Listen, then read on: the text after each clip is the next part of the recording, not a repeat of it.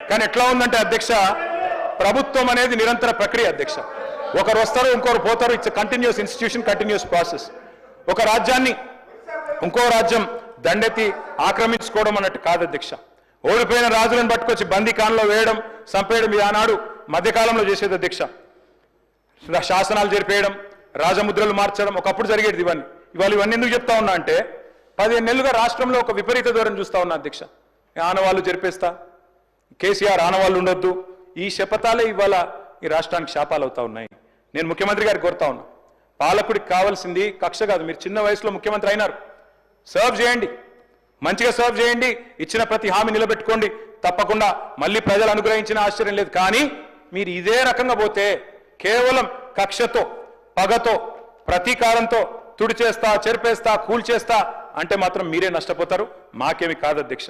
అధ్యక్ష, పేరు ప్రఖ్యాతులు పెంచుకోవాలంటే, లాంగ్ లాస్టింగ్ లెగసీ ఉండాలి అంటే తప్పకుండా మంచి పనులు చేయాల్సిందే. చేయండి, మాకంటే ఎక్కువ చేయండి, మేము కాదనట్లేదు.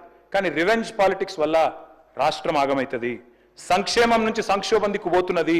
నేను చెప్పలే, మీరే చెప్పినారు ముఖ్యమంత్రి గారు. నిన్నగాక మొన్న మీరే చెప్పినారు స్టేషన్ గన్పూర్లో. గౌరవ ముఖ్యమంత్రి గారు, కొంతమంది ఏమనుకుంటారంటే సమయానుకూలంగా సలహాలు సూచనలు ఇవ్వడానికి ఉంటాయి, పాటించడానికి ఉండవు అని అనుకుంటారు. ఎందుకు అని అంటే తమ దాకా వస్తే కానీ తమకు అర్థం కాదు అన్నట్టు, నిజంగానే కక్ష సాధింపు చర్యలకు పాల్పడే ఆలోచననే ఈ రాష్ట్ర ప్రభుత్వానికి ఉండి ఉంటే ఈరోజు అక్కడ కూర్చొని అక్కడ నించొని నోటికొచ్చింది మాట్లాడే అవకాశం ఉండకపోతుండే. చెంచల్గూడనో చెర్లపల్లిలో మమ్మల్ని ఎక్కడైతే పెట్టినరో డిటెన్షన్ సెల్లో ఎవరిని కలవకుంటే నిర్బంధించినరో అక్కడనే మీరుండేటోళ్ళు. కానీ మా ప్రభుత్వం 15 నెలల్లో ఎవరి మీద కూడా కక్షా సాధింపు చర్యలకు పాల్పడలేదు. అధ్యక్ష, డ్రోన్ ఎగరేసిందని, డ్రోన్ ఎగరేస్తే ఎవరైనా అనుమతి తీసుకోకుండా ఒక డ్రోన్ ఎగరేస్తే ఆ డ్రోన్కు 500 రూపాయలు ఫైన్ వేస్తారు అధ్యక్ష. కానీ పార్లమెంట్ సభ్యుడిగా, కాంగ్రెస్ పార్టీ వర్కింగ్ ప్రెసిడెంట్గా నన్ను అరెస్టు చేసి జైలుకు పంపించి, మామూలుగా దానికి 500 రూపాయల ఫైన్ ఉంటే బిలో 7 years ఉంటే రిమాండ్కే పంపరు, పోలీస్ స్టేషన్ బెయిల్ ఇవ్వాలి. కానీ అధికారాన్ని అడ్డం పెట్టుకొని అన్ని రకాల వ్యవస్థల మీద ప్రభావితం చేసి చెర్లపల్లి జైలుకు పంపించి నక్సలైట్లు, ఐఎస్ఐ తీవ్రవాదులు ఉండే డిటెన్షన్ సెల్లో ఒక కాంపౌండ్లో ఏ ఒక్క ఖైదీని లేకుండా 7 ఫీట్ల బై 12 ఫీట్లు ఉంటే అందులో 3.5 ఫీట్లు పండుకోవడానికి దిమ్మె ఉంటుంది, ఒక చిన్న బాత్రూమ్ ఉంటుంది అధ్యక్ష. 16 రోజులు డిటెన్షన్ సెల్లో ఒక్క మనిషిని చూడకుండా నన్ను నిర్బంధించిన ఆ కోపాన్ని దిగమింగుకొని రాష్ట్ర ప్రయోజనాల కోసం ఈరోజు పనిచేస్తున్నా అధ్యక్ష. రాత్రిపూట పడుకోవడానికి లైట్ బంద్ చేయకుండా ట్యూబ్ లైట్లు ఆన్లో పెడితే అది ఓపెన్ ఎయిర్ జైలు. ఇంతింతలో బల్లులు 7 ఫీట్లలో 3.5 ఫీట్లు దిమ్మ ఉంటే దిమ్మ మీద పడుకుంటే ఇంకొక 3.5 ఫీట్లు గ్యాప్ ఉంటుంది.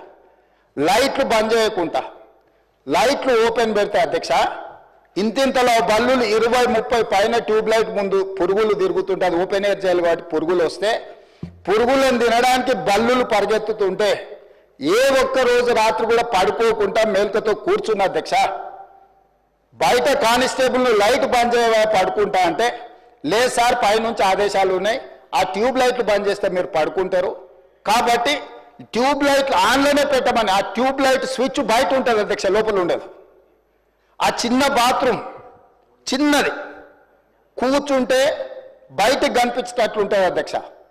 ఒకసారి నేను ఎమ్మెల్యేల హోమ్ కూడా నా దగ్గర ఉంది కదా, ఎమ్మెల్యేలను నేను తీసుకెళ్తా, మంత్రులను తీసుకెళ్తా. ఏ జైల్లో ఐఎస్ఐ తీవ్రవాదులను, కరడుగట్టిన నక్సలైట్లను బంధిస్తారో పార్లమెంట్ సభ్యుని నన్ను 16 రోజులు అందులో బంధిస్తే 16 రోజులు రాత్రిపూట ఏ ఒక్క రోజు పడుకోలేదు అధ్యక్ష. పొద్దున పూట బయటకు వదిలినప్పుడు 6 గంటలకు వచ్చి ఖైదీలను బయటకు వదులుతారు కదా అధ్యక్ష. బయట ఒక చెట్టు ఉంటే 16 రోజులు పొద్దున పూట చెట్టు కింద పడుకున్న అధ్యక్ష. అయినా నేను కోపం ప్రదర్శించలే. ఇవన్నీ కూడా దేవుడు అనేటోడు ఉంటాడు, చూస్తాడు, అంతకు నాలుగింతలు అనుభవిస్తారని నేను అనుకున్నా.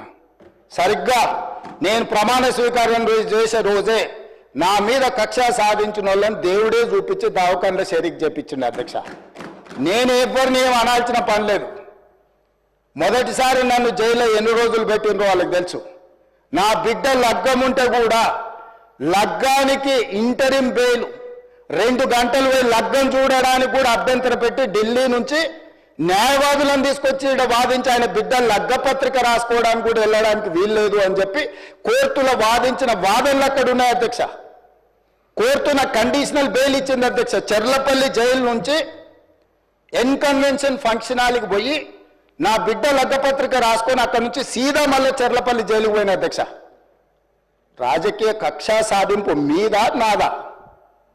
నా బిడ్డ లగ్గానికే పోకుంటే నన్ను అడ్డుకున్నా ఎవరికైనా అధ్యక్ష, మన పిల్లల కంటే మనకేముంటుంది అధ్యక్ష ఈ భూమి మీద? నా బిడ్డ లగ్గానికి లగ్గపత్రిక రాసుకోవడానికి కూడా అడ్డుకుంటే కూడా నేను మిమ్మల్ని ఏమనలే. నేను పార్లమెంట్ సభ్యుడిగా ఉంటే, పార్టీ వర్కింగ్ ప్రెసిడెంట్గా ఉంటే, ఎవరో జర్నలిస్టు డ్రోన్ ఎగరేసి వాళ్ళ విలాసవంతమైన బంగ్లాల వివరాలు తీసుకొచ్చి నాకు అందిస్తే వాటిని పత్రికలకు విడుదల చేసిన పాపానికి నన్ను అక్రమ కేసులు పెట్టి అదే చెర్లపల్లి జైల్లో డిటెన్షన్ సెల్లో పెట్టారు అధ్యక్ష. 16 రోజులు నిద్రలేని రాత్రులు గడిపిన పార్లమెంట్ సభ్యుడిగా, పార్టీ వర్కింగ్ ప్రెసిడెంట్గా అయినా నేను కక్ష చూపించలేదు అధ్యక్ష. నిజంగానే నేను కక్ష చూపించదలుచుకుంటే మీ కుటుంబంలో ఒక్కరు కూడా బయట ఉండరు అధ్యక్ష. అందరు చెర్లపల్లినే. నేను ఎలా ఎన్నికల ముందు చెప్పినట్టు మీకు డబుల్ బెడ్రూమ్ ఇల్లు మీరు పేదలకు కట్టియలే, మీ గ్యారంటీ కట్టిస్తే మీ కుటుంబానికి డబుల్ బెడ్రూమ్ ఇల్లు అని చెప్పుంటే అధ్యక్ష. ఎన్నికల హామీలు అమలు చేయలేదంటుంది కదా అధ్యక్ష. ఎన్నికలప్పుడు ఈ హామీ కూడా ఇచ్చిన. ఆ కుటుంబానికి చెర్లపల్లి జైల్లో డబుల్ బెడ్రూమ్ కట్టిస్తా, కొడుకు కోడలు అల్లుడు బిడ్డ ఉంటే వేరే వేరే ఎందుకుంటారు, అందరినీ కలిసి ఒకటే దగ్గర ఉండేటట్టు కట్టిస్తా. కానీ ఆ హామీ కూడా నేను అమలు చేయలే. ఎందుకంటే నేను విఘ్నత ప్రదర్శించాలనుకున్నా. ఈ అధికారం ప్రజలు ఇచ్చింది ప్రజల సంక్షేమం కోసం, తెలంగాణ రాష్ట్ర అభివృద్ధి కోసం, పారదర్శకమైన పరిపాలన అందించడం కోసం నాకు అధికారం ఇచ్చిండ్రు. ప్రజలు ఇంత పెద్ద అధికారాన్ని, ఇంత పెద్ద బాధ్యతను ఈ వయసులో నాకు అప్పచెప్పింది నా కోపం కోసమో, లేకపోతే నన్ను నా పట్ల వాళ్ళు వ్యవహరించిన విధంగానే వాళ్ళ పట్ల నేను వ్యవహరించడానికి ప్రజలు నాకు అధికారం ఇవ్వలేదని విచక్షణను ఉపయోగించి ఈరోజు కూడా వాళ్ళ మీద ఇంతవరకు అక్రమ కేసులు పెట్టలేదు అధ్యక్ష. కానీ సొంత పార్టీ ఆఫీసులో కూలీ మనుషులను తెప్పించి రికార్డ్ చేయించి పచ్చి బూతులు మీరు తిట్టిస్తే కూడా చెంపలు వలగొట్టేంత శక్తి ఉన్న సంవయనంతో ఊరుకున్న అధ్యక్ష. ఎవరైనా బజార్లో ఏదైనా మాట్లాడితే మాట్లాడిన దాన్ని కూడా సెన్సర్ చేస్తాం. బూతులు మాట్లాడినప్పుడు ఒక బీప్ పెడతాం అధ్యక్ష, టెలికాస్ట్ చేయొద్దని. కూలీ పైసలు ఇచ్చి కిరాయి మనుషులను పెట్టించి మీరు పచ్చి బూతులు మాట్లాడిచ్చినా నేను ఏమాత్రం కూడా కక్ష సాధింపు చర్యలకు పాల్పడలేదు అధ్యక్ష. కాబట్టి ఈరోజు మేమేదో కక్షా చర్యలకు పాల్పడుతున్నట్టు, మేము కక్షా చర్యలకే పాల్పడితే ముఖ్యమంత్రికి ఉన్న విశేషమైన అధికారాలతో మీరు ఒక్కరైనా బయట ఉండేటోళ్ళ? ఈరోజు తెలంగాణ సమాజం అన్నిటిని గమనిస్తుంది. ఎక్కడికి వెళ్ళానని అడుగుతుంది, ఇంకెన్ని రోజులు బయట వదిలేస్తావని తీసి లోపలే. అసలు నువ్వు లోపలేస్తావనే కదా నీకు ముఖ్యమంత్రి పదవి చేసింది, నువ్వెందుకు ఇట్లా సమయం పాటిస్తున్నావు లోపలేయమంటే కూడా నేను ఏ రోజు కూడా అటువైపు పోయలేదు అధ్యక్ష. అదేవిధంగా ధనిక రాష్ట్రం, మేము హామీలను అమలు చేసినాం. ఇక మేము సత్యహరిచంద్రుడు కూడా మమ్మల్ని చూసే నేర్చుకోవాలి, ఆయన కూడా మళ్ళీ ఆదర్శంగా తీసుకోవాలి. ఇట్లాంటి మాటలు మాట్లాడుతూ పర్వాలేదు, వాళ్ళ గొప్పతనాలు వాళ్ళు చెప్పుకుంటే నా ఇప్పు నువ్వు గోకు, నీ ఇప్పు నేను గోకుతానే పాలసీలో వాళ్ళ గురించి వాళ్ళు గొప్పలు చెప్పుకుంటా అంటే నాకు అభ్యంతరం లేదు.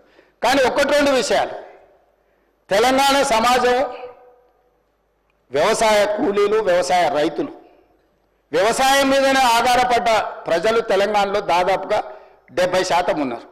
2014 ఎన్నికలలో ఘనత వహించిన చంద్రశేఖరరావు గారు రైతులకు ఇచ్చిన హామీ 1,00,000 రూపాయల రుణమాఫీ చేస్తా అని అధ్యక్ష.